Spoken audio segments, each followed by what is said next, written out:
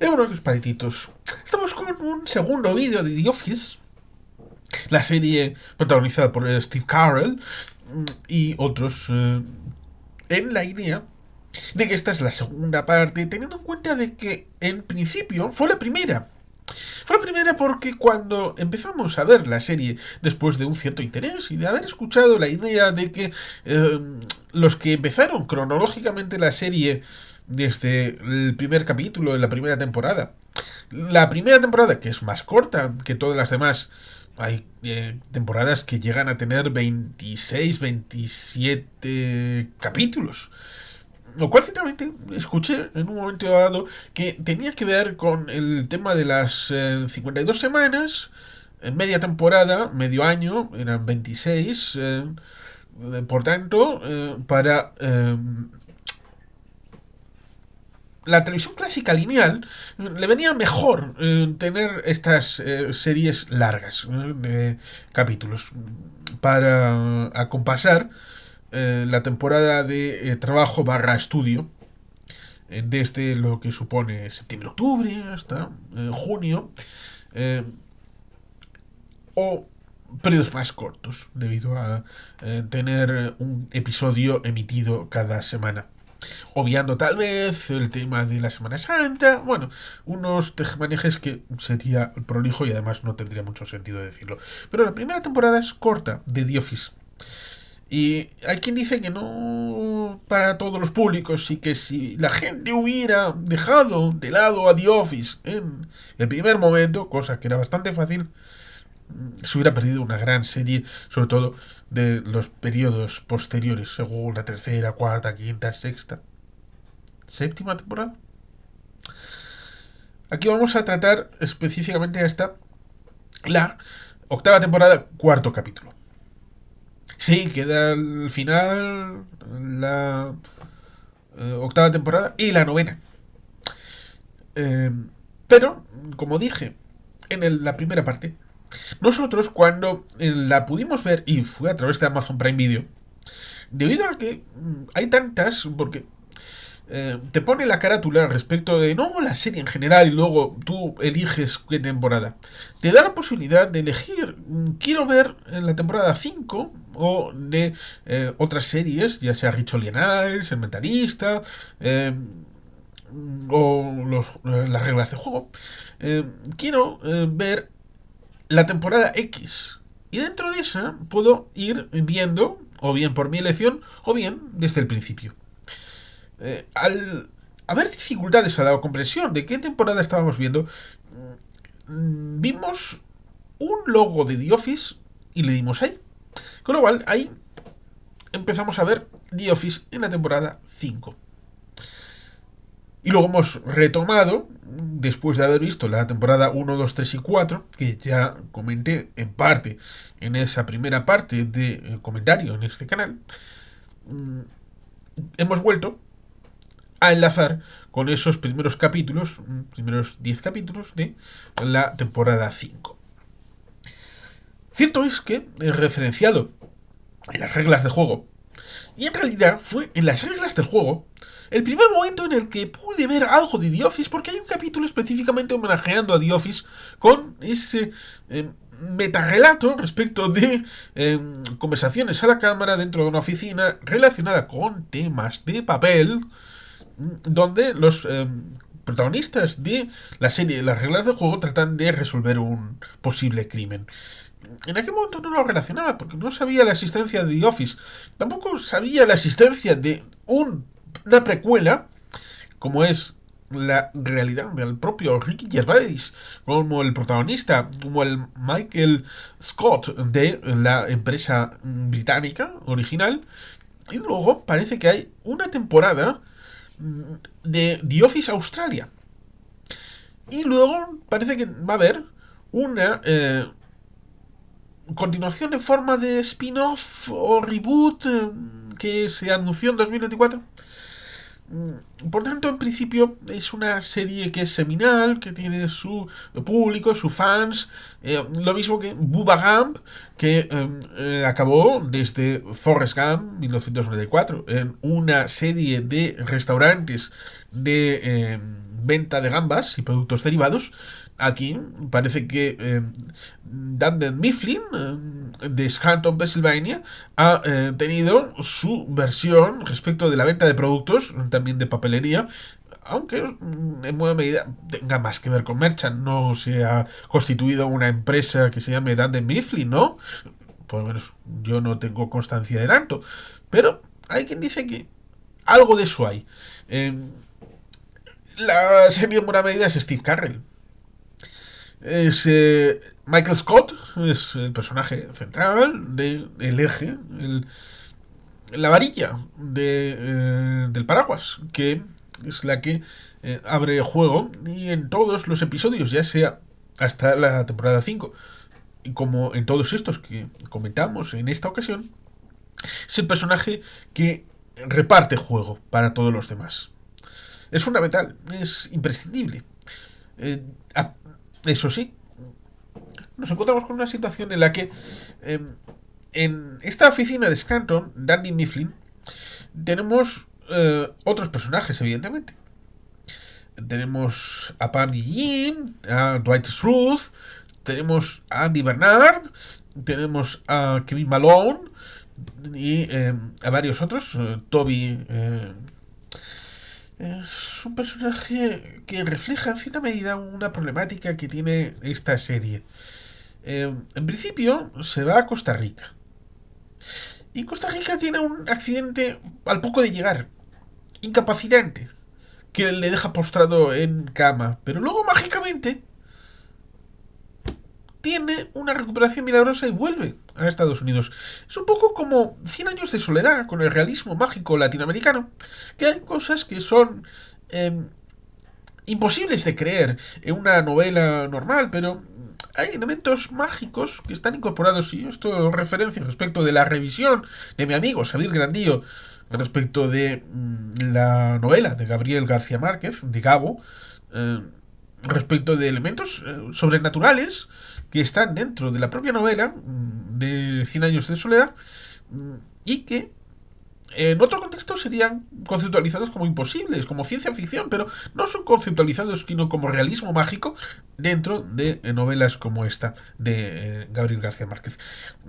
Es algo parecido a lo que podemos encontrar en algunos de estos capítulos, en el que van teniendo dificultades porque nos encontramos con la situación de que tenemos Scranton, pero también hay otras subsedes de Dunder Mifflin, que tiene sede en Nueva York. La dificultad respecto de Jan, la jefa barra novia, la otra posible novia que es enviada a Nashua, en New Hampshire, con la situación personal del propio Michael Scott y la propia empresa, Dunder Mifflin. Las dificultades respecto de la bancarrota. Estamos hablando de una serie que se acompasa también con lo que sucede en el mundo en el año 2008, con la crisis de la subprime y todo esto. Eh, la idea de la transición está sucintamente metida respecto del papel, respecto de las tecnologías digitales. La idea, ciertamente, de la dificultad de competir con todo ese mundo, la dificultad respecto de las acciones y de que estas empresas pueden ser absorbidas por otras. Hay luego un juego curioso respecto de quién es el propietario de la empresa, pero también de quién es el propietario del edificio donde se inserta la oficina de esa empresa en Scranton, Pennsylvania. Y acabará siendo Dwight Schrute el propietario de la situación, porque él tiene otro negocio familiar que es Granjas Schrute, que hacen remolacha y pone mucha cabra. Y acabará teniendo una presentación para el nuevo jefe, que es el señor California, interpretado por Jesse Spader, el doctor Daniel Jackson y Ultron, en la era de Ultron en Vengadores. Buen muchacho, el de ¿cómo era? Sexo, Mentiras y Transformers. No, no. Sexo, mentiras y... Pam, tráeme un paquete de papel. No. ¿Cómo era? Ya no me acuerdo cómo era aquella película que se hizo famosa a principios de los 90 antes de hacer la de Stargate. Bueno, ¿qué más da? Es James Spader, amigos. Lo cual ciertamente es una pena porque cuando hubo esa transición en ese final de la temporada 7, porque hubo un momento en el que tenemos al personaje de Steve Carell, el personaje de Michael Scott, que quiere desaparecer de la serie, tal vez por compromisos de la propia persona de Michael Scott, del actor que lo interpreta, Steve Carell, claro, y es sustituido en primer término por Will Ferrell, pero está en pocos capítulos, luego lo hacen desaparecer con un accidente. Un accidente en principio venial, pero que entra en coma y acaba muriendo. O pasa como Ariel Sharon, que acabó teniendo un problema de salud y mucho tiempo después se dijo que bueno, pues Ariel Sharon ha muerto. Aquí pasa algo parecido. No hay posibilidad de que el personaje de Will Ferrell, que en principio nos remite también a una cosa curiosa, como es cuál es el procedimiento de la toma de decisiones respecto de la selección de personal.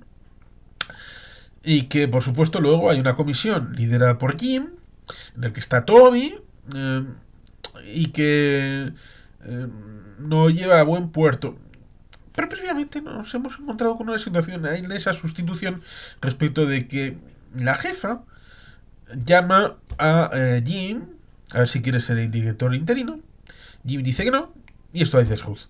Pero el señor guionista no quiere que Dwight Schrute sea el jefe, porque tal vez el público objetivo de esta serie no aceptaba el liderazgo de Dwight Schrute. Como secundario, sí. Problema, que pensaban que como secundario Dwight Schrute estaba bien, como secundario Jim estaba bien. También está en la perspectiva personal, porque ya sea Will Ferrell, ya sea Steve Carell, ya sea el propio John Krasinski empezaba a tener una vertiente de director de cine, además de actor, con proyectos personales. Tal vez la misma que le llevó ciertamente a ser como el casting perfecto de Mr. Fantástico, pero quedó como una broma en Doctor Extraño y el Multiverso de la Locura, película que está comentada en este canal. Y por tanto, quedó en ridículo. Quedó en ridículo porque, en buena medida, fue liquidado como un espagueti, como si fuera el de la antorcha, en la película Deadpool y Wolverine, que tiene un directo en este canal después de haber sido vista en Bahía Santander, en Cinesa. Es por lo tanto, ciertamente, una cosa curiosa. Curiosa porque, al final, en esa bancarrota, y tenemos un momento de dificultad en el que el personaje... no voy a decir quién. Que me lo pongan en comentarios. Queridos amigos, decidme quién es el personaje que van a esa reunión en el hotel en donde a Dwight y a Michael les dice: yo si estuviera enfrente de los mandamases cara a cara, les diría. Y Michael, que es llamado arriba como el jefe, el director de la oficina más exitosa de Dunder Mifflin, la única que funciona, la única que tiene beneficios, le llevan a que dé la cara en esa reunión frente a accionistas. Y como ven que las cosas están malitas, le llama a esta persona para subir arriba y que le cuente los planes para salvar la empresa. Y se hace caquita. Se hace caquita porque no es capaz de decirle cara a cara lo que deben escuchar.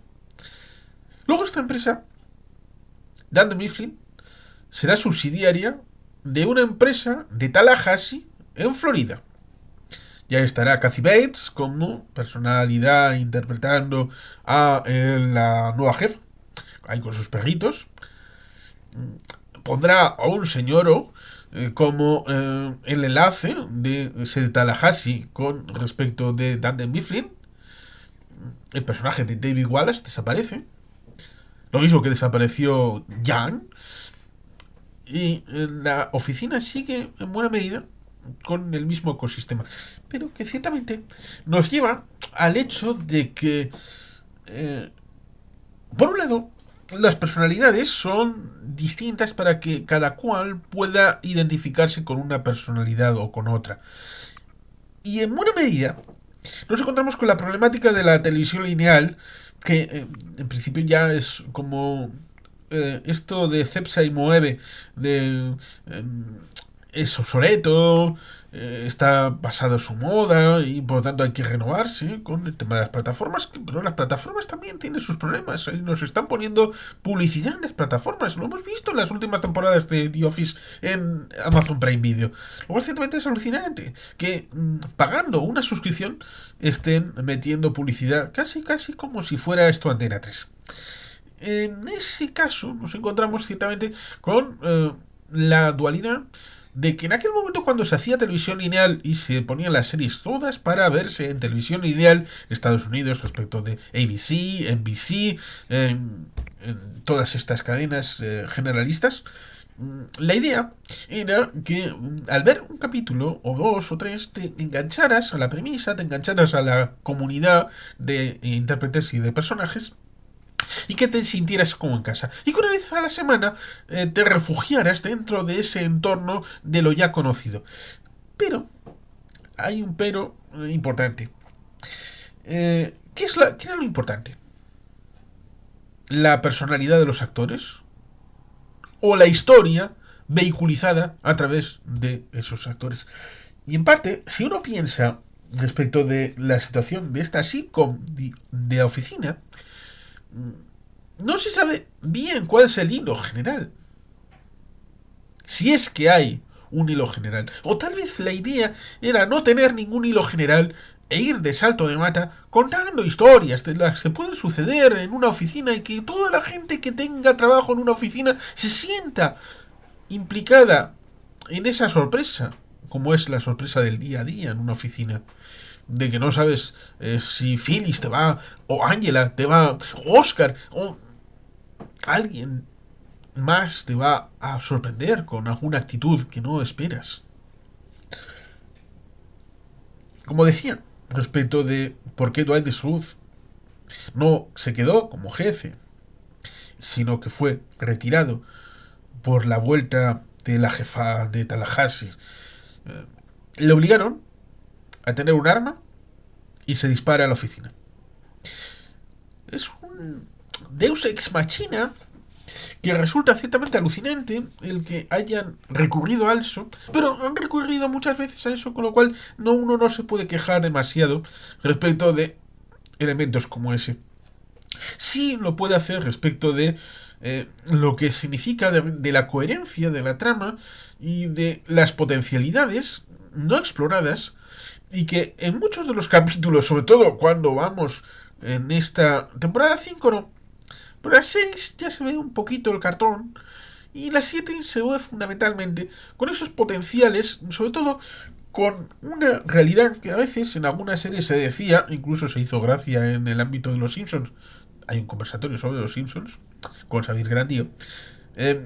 La idea de que cuando termina el capítulo, todo tiene que quedar cerrado y volver al punto de inicio. O si no al punto de inicio, a un punto que sea equidistante de toda la trama de general de la serie. Y esto no sucede. En buena parte de los capítulos, cuando llegamos al punto final, tal vez para no implicarse, para no mancharse, hay líneas que se quedan deliberadamente abiertas y que no se retoman en el capítulo siguiente. Una no resolución como resolución para que cada cual entre en su rica imaginación y no jugársela para tener problemáticas con una resolución de una línea u otra de una situación que probablemente hubiera divergido respecto de los espectadores y hubiera polarizado en cierta medida a los espectadores, teniendo en cuenta de que en principio en la serie está recogido en buena parte el espectro general del público estadounidense dentro de la propia oficina como si fuera el propio Estados Unidos. Decía, los Simpson. Homer Simpson es uno de los actores más longevos de la serie. Sí, es un chiste en parte, y no es un chiste en parte, porque hay un muñeco de Homer Simpson plantado en mitad de la oficina. Ciertamente, la propuesta es bastante bonita como serie, pero más allá de esa situación final de Steve Carell, de Michael Scott, respecto de su propia sucesión, de la compra de la empresa por parte de esta otra de Tallahassee, de echar a un lado a David Wallace y algunos personajes. La idea ciertamente condensada, por ejemplo, en ese embarazo de Pam y del partido de volei de la oficina central y de la de Scranton, que evidentemente no se sabrá quién ganó la final. ¿Por qué? Ni yo sobre ti, ni tú sobre mí. No hay problema. No se cabrea los que estén de manos de David Wallace, los que estén en favor de Michael Scott o de Pam y Jim. La idea, por lo tanto, está ahí complicada. En buena medida nos encontramos, voy a citarlo solamente hasta el episodio 4 de la temporada 8.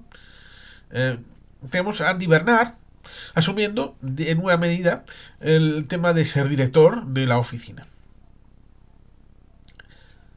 En la tercera parte hablaremos de eso. De ¿es Andy Bernard? ¿Cómo sigue? ¿Vuelve Michael Scott? ¿No vuelve Michael Scott? ¿Es otra persona? ¿Sigue siendo subsidiaria de la empresa de Tallahassee? ¿O pasan cosas en ese elemento de lo que queda de la temporada 8 y la temporada final, la número 9, para esta The Office? En lo que tenemos, ciertamente, más allá de ese elemento que pudiera ser la temporada 2, la 3, la 4, la 5 yo creo que engarza bastante bien. Y la 6 está razonablemente bien a la hora de seguir con esa propuesta, pero que tampoco da para siempre. No es una serie que pueda ser tan longeva como Blue Bloods, porque Blue Bloods, más allá de elementos que pueda uno tener respecto de cosas que vayan surgiendo, tiene una idea de lo que puede ser el ámbito general, de la exposición de esta familia Reagan con los diferentes personajes, haciendo una separación y distribución de tareas respecto de las historias que cada cual puede contar. ¿Qué sabemos de cada uno de los personajes?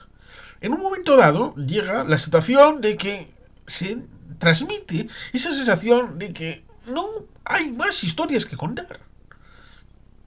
La relación con el pueblo de Scranton ha sido escrita de alguna manera. La situación dentro de la propia jerarquía, ciertamente la situación entre el almacén y la oficina propiamente dicho, hay algún desarrollo, sí. Pero se nota que la potenciación de las exploraciones de los personajes y de las situaciones. Cierto es, nos encontramos con la boda en Niagara Falls, con la situación respecto de si no, el tema del compromiso bajo la lluvia, la situación respecto de Dwight y Angela, con lo que supone Andy Bernard, ese triángulo, la situación de la granja Schultz, su hermano. Hay muchas vicisitudes. Eh, Dan para chiste, por ejemplo. Nos encontramos con que Angela se echa un novio, como es el senador Bracken, perdón, el senador estatal Patata. Y podría haberse dado el hecho de que saliera Richard Castell, bueno, en forma de el señor, lo que sea, un escritor de libros infantiles, y se encontrará con el senador estatal y un chiste de coña estilo te perdono. sobre todo con lo que pasó después con Stan Katic y que se cargó la serie. Y por tanto, alguien que se quisiera cargar al personaje Stan Katic dentro de la serie, pues evidentemente sería ese chiste de te perdono.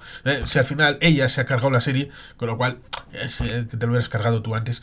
O el hecho de que cuando hacen esos castings, aparte de que hay gente que es más o menos conocida, habría estado bien que hubiera estado el señor Joe Biden, que es de Scranton. O, por ejemplo, una intervención de Macaulay Culkin con la mami, sobre todo teniendo en cuenta de que Scranton, Pensilvania, es uno de los puntos de tránsito respecto de París hacia Chicago en la primera película de Solo en Casa, que está comentada en este canal con Mariano López de Miguel. Es una película navideña y como Navidad, pues en un momento dado hubo que hacerla. Por tanto, hay muchas posibilidades de cameos, de chistes autorreferenciales, como hay un par de cameos de Ricky Gervais, que es el personaje de Michael en la serie original, la británica. Por tanto, es un potencial. Seguramente por eso está en el corazón de muchos espectadores y fans de Office, precisamente por todo lo que ofrece, a pesar de que luego no cumpla enteramente con la maximización de las expectativas que pudiera tener esta serie.